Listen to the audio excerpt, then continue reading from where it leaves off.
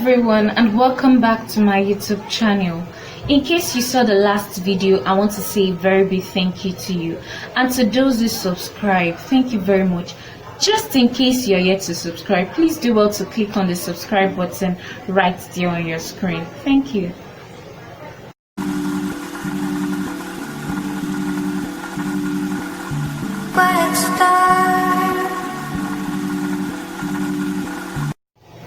Welcome back. So in this video we'll be talking about rape. Yes, rape again. If we could recall, my last video was about rape, where I had guests to talk about rape in a bid to enlightening the minds of people in the society that rape is something bad and something that can be traumatizing, especially to the victim.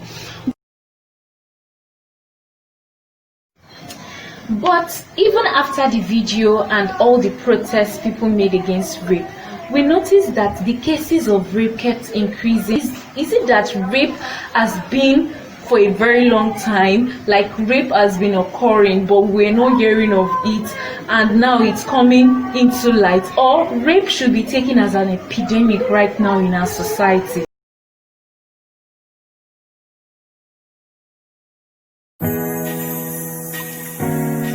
Hi, my name is Peculiar Gift, and today I'll be talking about the increase in rape cases in Nigeria. And the question is, do I think it's time for the federal government to declare the increase in rape case as an epidemic in Nigeria? And what do I think? Do I think that the federal government should also take a chill pill on coronavirus and focus on the increase in rape cases? Well, for me, I think it's time for the federal government to give attention to the increase in rape cases, the attention it so deserves, because in recent time we've seen rape cases ranging from rape cases between children, teenagers, pregnant women and married women, and most of the time the victim has always been murdered. We've seen this on the increase in recent time. I think the federal government should give it the sole attention it deserves. And for me, handling coronavirus as a pandemic and increase in rape as an epidemic, for me there should be a balance. No one should suffer. I wouldn't advise the federal government to take a chill pill on curbing coronavirus or take a chill pill on curbing the increase in rape cases. I think there should be a balance. The federal government of Nigeria, I believe, is capable of balancing both, because if you leave one for the other, one would suffer. And like I've said, the federal government is able and capable to give this balance where it so deserves. We should handle both as both an epidemic and a pandemic, that if we leave, it would become a cankerworm that will eat into the society. Because if we continue to keep silent over rape cases, I'm afraid someday it could be our loved ones. And if we give a chill pill on coronavirus, I'm afraid someday it could contact our loved ones. But there should be no chill pill on anyone. But I think there should be a balance in curbing both coronavirus and the increase in rape cases. The rise in rape cases in our country, Nigeria, can be attributed to no other factors, but because of the fact that a lot of people have been coming out to speak about and also condemn the act. Not that it has not been happening over time, it has always existed, but people have not been able to find their voice to condemn the act because they are always victimized or stigmatized being victims of rape, the way the society treats them like people that have plagues. But now it is different. A lot of people are coming out to condemn the act and also give support to the victims.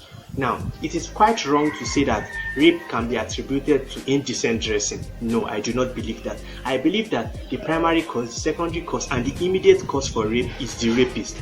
Because if not, that a rapist is psychologically and mentally not okay, why would he rape somebody?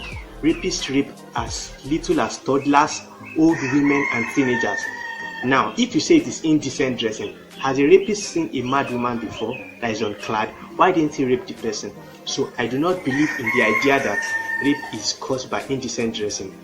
Rather, rape is caused by the need to dominate, the need for the male folk to dominate a female folk as a result of he has a stronger strength and as a result of patriarchy. So back to the issue of rape, as we all know that this issue has been a thing that has been the concern of many people, many Nigerians, and I think it is safe to say that it is an epidemic.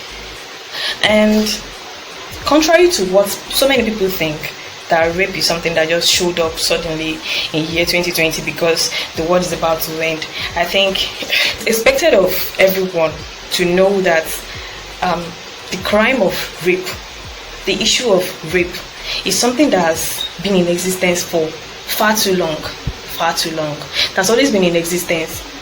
Sexual assault of whatever kind, rape, molestation, and everything. So it has always been existing. It's only that 2020 seems to be revealing these things more than the past years. So it is not a thing that just suddenly started. No, it has always been fathers raping their daughters, guardians raping their wards, brothers raping sisters, and all of that. So it has always been, and it is an epidemic. And the thing is, it will continue to be an epidemic if the government does not do anything about it. Okay, so I heard that the proposal of making the punishment of rape castration was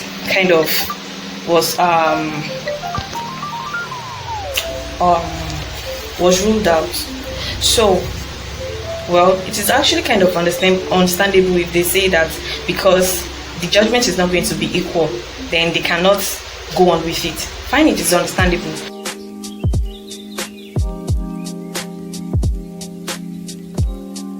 So the next question is, what do I think is the solution to all of this, especially the increase in rape cases? For me, since we're dealing with human beings, I feel there should be more of educating.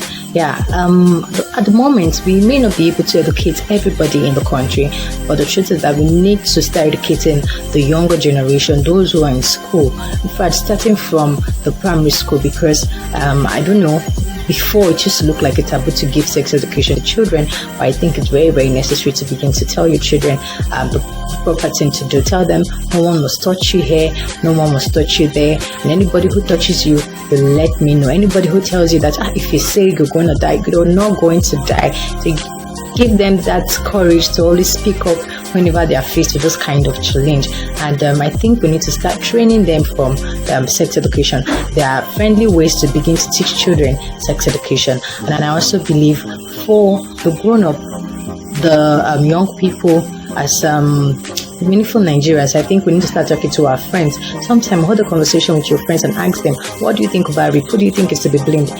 Listen to them, and you know the kind of friend you move with. And if need be, you need to educate them, then you can go ahead and educate them about what you think about rapists. Give them the proper orientation. I mean, there are many NGOs that back the girl child, many as much as the NGOs that fight for female mutilation, and the NGOs that go as far as helping rape victims heal. I believe there should be NGOs that are in charge in educating young people, starting from the children down to adults. Make them understand what sex is all about.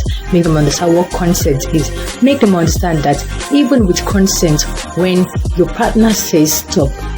Cases can be properly tackled by proper sensitization of the effects of rape on the victim and both the suspected rapist. Also, the security network of the country ought to be properly beefed up so that suspected rapists can be picked up and tried immediately.